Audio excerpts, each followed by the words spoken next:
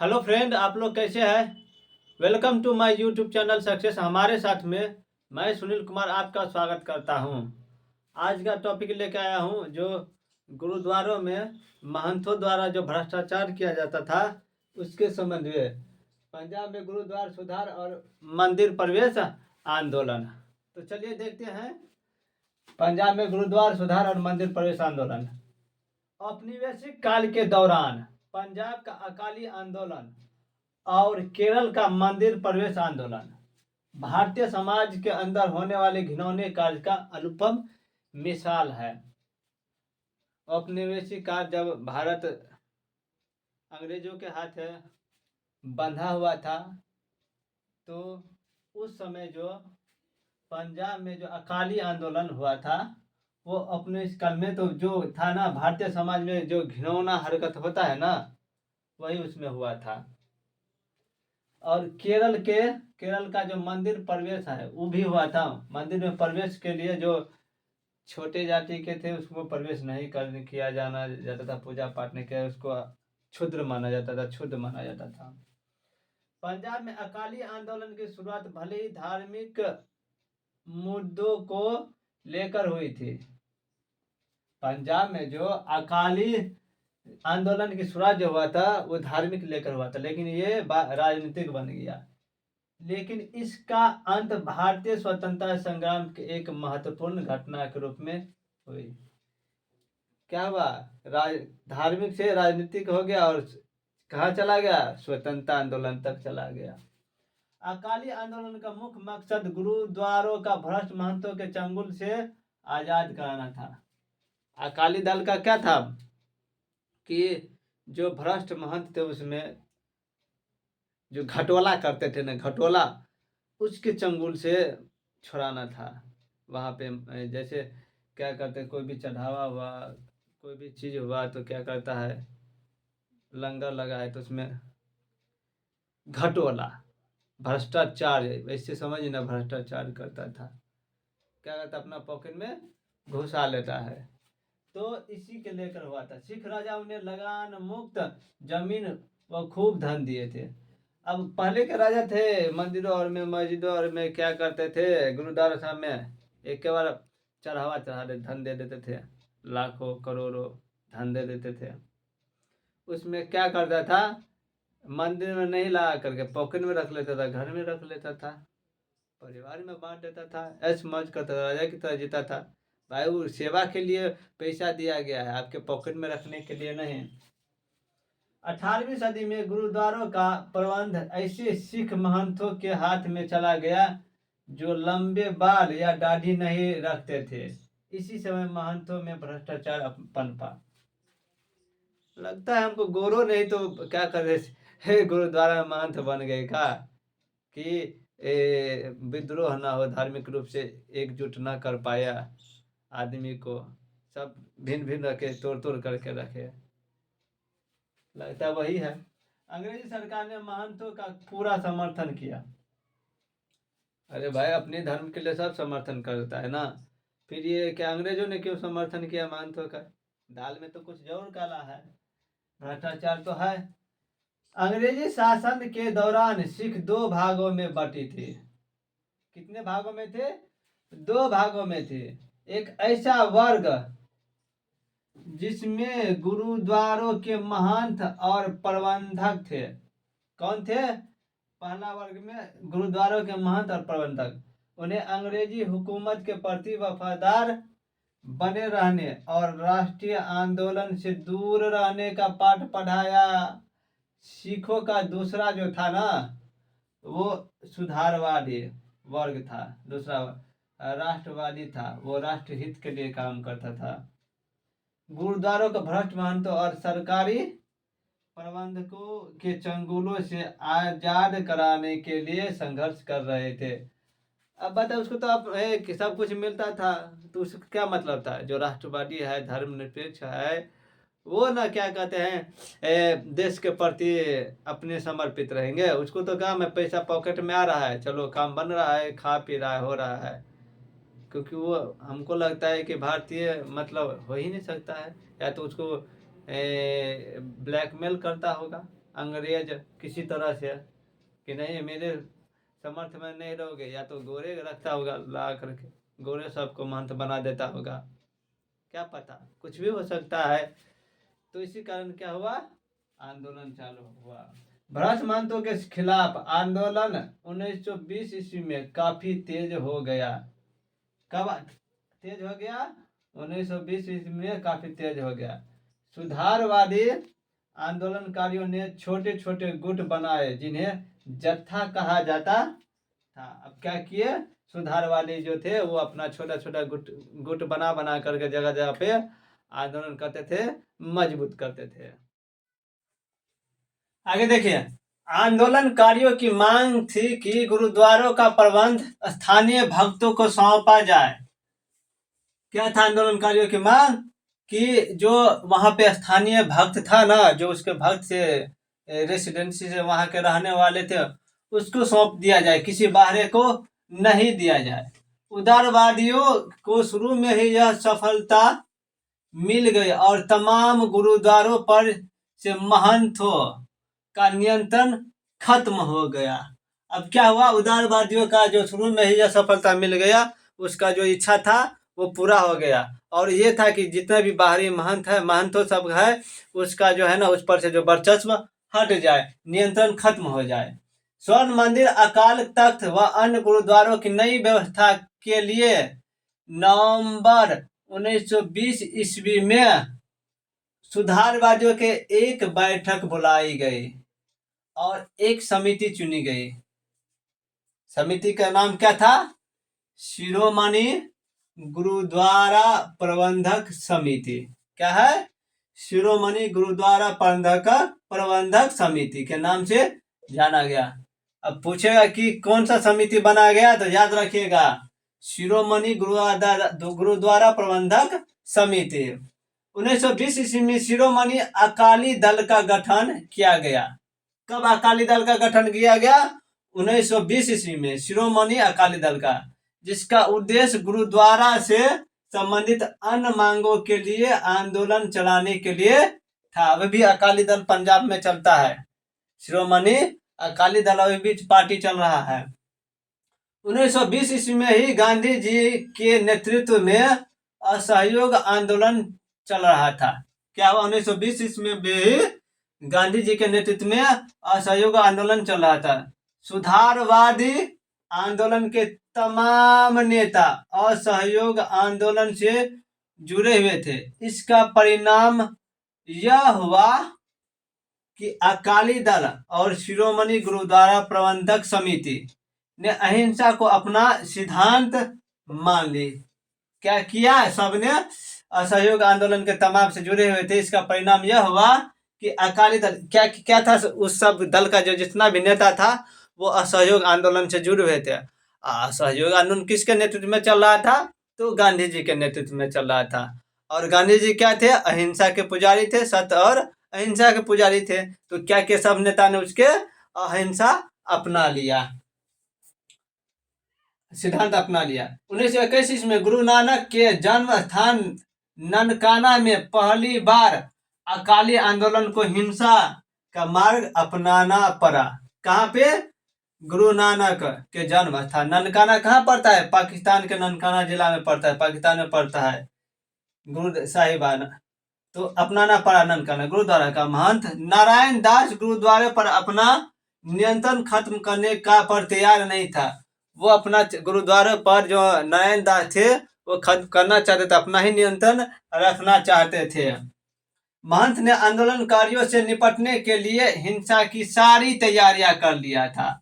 अब देखिए, वो हिंसा की तैयारी कर लिया तो ये सब कैसे करेंगे, हिंसा तो करना लाजमी बात है भाई, ये सब छोड़ तो नहीं देंगे। करतार सिंह झब्बर के नेतृत्व में अकालियों ने गुरुद्वारे में घुसकर उस पर नियंत्रण स्थापित कर लिया। इस दौरान 100 अकाली मारे गए और कई घायल हुए। जब उस पे क्या किए, आक्रमण कर दिए, तो उस दौरान जो हिंसा हुआ, मारपीट हुआ, उसमें 100 अकाली नेता मारे गए। करतार सिंह झब्बर को ननकाना गुरुद्वारे को मुक्त कराने वाला माना जाता है। मुक्त तो मिल ही गया, लेकिन 100 का जान चला गया, 100 का जान गंवाना पड़ा। अब करता किसको माना जाता है? करतार सिंह झब्बर को ननकाना गुरुद्वारे मुक्त कराने वाला माना जाता है। यदि क्वेश्चन पूछेगा कि ननकाना गुरुद्वारों को किसने मुक्त कराया था, तो करतार सिंह झब्बर। महात्मा गांधी, मौलाना शौकत अली, लाला लाजपत राय व अन्य राष्ट्रवादी नेताओं ने ननकाना का दौरा किया और अकालियों के बहादुरियों का गुणगान किया। किसका गुणगान किया? अकालियों के बहादुरियों का, क्योंकि बहादुर से उसका क्या किया था? आक्रमण किया था, लड़ाई लड़ी थी, और क्या किया था? उस पर अपना कब्जा पाया था। शिरोमणि गुरुद्वारा प्रबंधक समिति ने एक प्रस्ताव पास कर असहयोग आंदोलन को अपनी मंजूरी दे दी। अब क्या हुआ? शिरोमणि अकाली दल थे, वो भी क्या हुआ? मंजूरी दे दिया, और क्या हुआ? असहयोग आंदोलन में शामिल हो गए, अपना सहयोग देने लगे। आगे 1921 ईस्वी में तोसा खाना, जिसे खजाना का दादा, किसे? तोसा खाना को क्या कहा जाता था? खजाना। तो खजाना को क्या कहा जाता? तोसा खाना। जो चाबी को लेकर विवाद हुआ, खजाना जिसमें माल पूंजी रखा जाता था, जो गुरुद्वारे का धन दौलत थे, वो उसकी चाबी लेकर विवाद हुआ, लेकिन आखिर में जीत अकालियों की हो गई। बाबा खड़क सिंह को तोसा खाने की चाबी सौंप दी गई, क्योंकि उस समय वे शिरोमणि गुरुद्वारा प्रबंधक समिति के अध्यक्ष थे। किसको सौंप दी गई? बाबा खड़क, बाबा खड़क सिंह। खड़क सिंह ने है गाना में। तो बाबा खड़क सिंह को ये क्या किया? चाबी सौंप दिया गया, जो उस समय शिरोमणि गुरुद्वारा के प्रबंधक के अध्यक्ष थे समिति के। महात्मा गांधी ने बाबा खड़क सिंह के नाम एक तार भेजा। किसने? महात्मा गांधी ने एक तार भेजा, किसके नाम? तो बाबा खड़क सिंह के नाम। हिंदुस्तान की आजादी की पहली लड़ाई जीत ली गई है, बधाई। अब देखिए क्या हुआ, बोल रहा है महात्मा गांधी खड़क सिंह को कह रहा है कि हिंदुस्तान की पहली लड़ाई है, वो जीत ली गई है, अब आगे बढ़ेंगे स्वतंत्रता की लड़ाई लड़ने के लिए, आगे की ओर अग्रसर होंगे। गुरुद्वारा मुक्ति आंदोलन का चरमोत्कर्ष था गुरु का बाग संघर्ष। क्या था? गुरु का बाग संघर्ष। अमृतसर के 20 किलोमीटर दूर गुरु का बाग एक जगह है। क्या था? गुरु का बाग एक जगह था। 1921 ईस्वी में इस गुरुद्वारे के महंत ने शिरोमणि गुरुद्वारा प्रबंधक समिति को चाबी सौंप दिया था, लेकिन उस जमीन पर अभी भी नौकरशाही अपना कब्जा जमाए हुए थे। अब भाई आप चाबी सौंप दिए तो आप उससे क्या लो? अब सौंपिएगा तो सब कुछ ना। जब चाबी सौंप दिए, सब कुछ सौंप दिए, तो वो भी जगह भी ना है। जब गुरुद्वारे का जगह है तो वो भी जगह हुआ, तो उस पर भी कब्जा किए हुए थे अवैध तरीका से। 1921 ईस्वी में जब अकालियों ने खाली पड़ी जमीन से भोजन पकाने के उद्देश्य से एक पेड़ काट लिया, तो थाने में महंत ने चोरी का रिपोर्ट दर्ज करा दिया। बताइए, अपने जगह पर काटेगा, गुरुद्वारे के लिए भोजन पकाने के उद्देश्य से उसमें से एक क्या पेड़ काटा, तो चोरी का आरोप लगा दिए। गजब बात है भाई। नौकरशाही को मौका मिलते ही फरवरी 1922 ईस्वी को 5 अकाली को गिरफ्तार कर लिया। क्या किए? अब उसको सरकार है भाई, कुछ करेगा, मौका मिला, उसने चौका मार दिया। क्या किए? तो कितने अकाली को क्या किए? 5 अकाली को गिरफ्तार कर लिए गए। अकालियों ने इसका विरोध किया और वहां के सारे पेड़ों की कटाई शुरू हो गई। लगभग पुलिस ने लगभग 4000 अकाली को गिरफ्तार कर लिए गए। अब भाई मेरा जगह है, गुरुद्वारे का जगह है, तो हम गुरुद्वारे के यूज के लिए ले रहे हैं, तो भाई उसमें चोरी क्या चीज का? उसी के गुस्साए आदमियों ने क्या किए? पेड़ काटना चालू कर दिए। तो वही क्या किए सरकार, नौकरशाही ने 4000 को गिरफ्तार कर लिया गया। क्या किए? 4000 अकालियों को गिरफ्तार कर लिए गए। अंग्रेजों ने अकालियों के साथ काफी बर्बरता दिखाई। अकाली तब तक मार सहते रहते जब तक बेहोश होकर गिर नहीं जाते। अब बताइए, मार पीट करके उसको सही किया जाता, डराया धमकाया जाता था उसको, तब तक मारते थे जब तक वो बेहोश न हो जाते थे। अब क्या करेगा भाई, सहते थे। सीएफ एंड्रयूज ने सत्ता के इस कृत्य को अमानवीय, कार्यकर्तापूर्ण, अंग्रेजों के लिए अत्यंत शर्मनाक और ब्रिटेन के नैतिक पर्याय की संज्ञा दी थी। किसने? तो सीएफ एंड्रयूज ने। सिर्फ अब भाई काम ही ऐसा करे, जब सब कुछ अकाली दल को चाबी सौंप दे, सब कुछ सौंप दे, तो आप उस पर क्यों अपना अड्डा जमाए हुए हैं? अभी ना, अब तो आप धाक जमे, मतलब तानाशाह दिखा रहे हैं ना, उसको मार रहे हैं, तो एक शर्मनाक काम जो कर रहे हैं ना, एक काला धब्बा ही है ना। तो किसने कहा? सीएफ एंड्रयूज ने सत्ता के इस कृत्य को अमानवीय, वैश्विकतापूर्ण बोला। 10 सितंबर 1922 ईस्वी को अमृतसर में अकालियों की सभा में स्वामी श्रद्धानंद हकीम अजमल खान ने भाग लिया। कब? 10 सितंबर 1922 को जो अमृतसर में अकालियों की सभा हुई, तो उसमें स्वामी श्रद्धानंद और हकीम अजमल खान ने भाग लिया। इसके बाद क्या हुआ देखिए, कांग्रेस कार्य समिति ने इसके जांच के लिए एक समिति गठित की। आखिर में सरकार की हार की। अब देखिए, 4,000 को गिरफ्तार कर लिया, इसको मारा पीटा बहुत, तो क्या किया कांग्रेस समिति ने? इसके जांच के लिए एक समिति गठित की। सरकार की हार हुई और सारे गिरफ्तार अकाली को छोड़ दिए गए। क्या किया गया? छोड़ दिया गया। 1925 ईस्वी में सरकार ने एक सुधारवादी कानून बनाया। क्या किया? एक सुधारवादी कानून बनाया, जिसके तहत पंजाब के सभी गुरुद्वारों का प्रतिबंध सिखों की एक निर्वाचित समिति को सौंप दिया गया। क्या किया? गुरुद्वारों का जो प्रतिबंध है वो एक क्या किया? एक निर्वाचित समिति को सौंप दिया गया। इस समिति का भी नाम शिरोमणि गुरुद्वारा प्रबंधक समिति रखा गया। क्या रखा गया? शिरोमणि गुरुद्वारा प्रबंधक समिति। एक निर्वाचित समिति जो बनाया, उसका नाम शिरोमणि गुरुद्वारा अकाल प्रबंधक समिति रखा गया। अकाली आंदोलन के इतिहासकार जो थे डॉक्टर मोहिंदर सिंह को कहते हैं कि अकाली आंदोलन के दौरान में सिखों का नेतृत्व ब्रिटिश समर्थक सामंतों के हाथ से निकलकर शिक्षित तथा मध्यवर्गीय सामंतों के हाथों में चला गया और शहरी तथा ग्रामीण लोगों के बीच एकताबद्ध हो गया। किसका कथन है? ये डॉक्टर मोहिंदर सिंह का। अकाली आंदोलन ने कभी सांप्रदायिक की राह नहीं पकड़ी।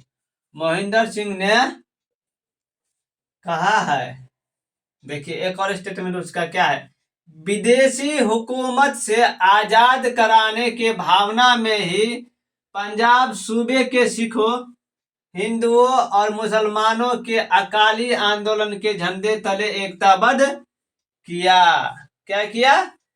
अकाली आंदोलन के झंडे को एक तले एकताबद्ध किया, सभी को, सिख, हिंदू और मुसलमान। राष्ट्रीय नेताओं में गांधी जी पहले ऐसे नेता थे जिन्होंने छुआछूत खत्म करने को सबसे अधिक प्राथमिकता दी और घोषणा की कि छुआछूत के खिलाफ संघर्ष आजादी के लिए संघर्ष के लिए कम महत्वपूर्ण नहीं है। अब भाई जब तक छुआछूत से आप मुक्त नहीं होइएगा, तब तक आप एकताबद्ध कैसे होइएगा? एक साथ कैसे आइएगा? एक दूसरे से घृणा कीजिएगा तो आजादी कैसे मिलेगा? तो इससे क्या होना पड़ेगा आपको? क्या करे, दूर होना पड़ेगा। छुआछूत के खिलाफ संघर्ष आजादी के लिए कम महत्वपूर्ण नहीं है, ये बहुत ज्यादा महत्वपूर्ण है। इसलिए आप इसको खत्म कीजिए, भाईचारा निभाइए, एकजुटता होइए। तब देखिए, ये था जो गुरुद्वारों में भ्रष्ट महंतों के खिलाफ ये आंदोलन था और ये एंड हुआ टॉपिक। ये बहुत इम्पोर्टेंट है, इस यहाँ से क्वेश्चन आते रहते हैं, तो आप लोग इसको अच्छा से पढ़ लीजिए। और आप लोगों को यदि ये वीडियो अच्छा लगा तो लाइक, कमेंट, शेयर, सब्सक्राइब कर दीजिए। कोई समस्या के लिए आप टेलीग्राम ज्वाइन कर सकते हैं, सक्सेस हमारे साथ से है। और इसके बाद आप क्या कहते हैं, इंस्टाग्राम पे भी मैसेज करते थे, फेसबुक पर भी, ट्विटर पर है तो ट्विटर पर भी कर सकते हैं। यदि आपको या वॉइस में या कंसेप्ट में कोई समस्या, ये पूरा बुक का ऑथेंटिक है, कहीं दूसरे जगह से नहीं, अपना मन से नहीं लिख करके बना रहे हैं, ये ऑथेंटिक बुक से बना हुआ है बिपिन चंद्रा का। इसके बाद क्या कहते हैं, बी एल ग्रोवर का, ये दोनों बुक स्टडी करने के बाद, स्पेशल स्वतंत्रता का संग्राम बिपिन चंद्रा का है, मोटा वाला, दिल्ली यूनिवर्सिटी का है बुक, उससे स्टडी करके आपको बना करके तैयार करके दिया गया। इसलिए आप लोग क्या कीजिए, अच्छा से पढ़िए और ट्रस्ट कीजिए कि ये आपको अच्छा कंटेंट मिल रहा है। तो आप लोग ये वीडियो कैसे, लाइक कमेंट शेयर कर दीजिए अगले वीडियो के लिए, जिससे आपको नोटिफिकेशन मिल जाए। तब तक के लिए जय हिंद, जय भारत।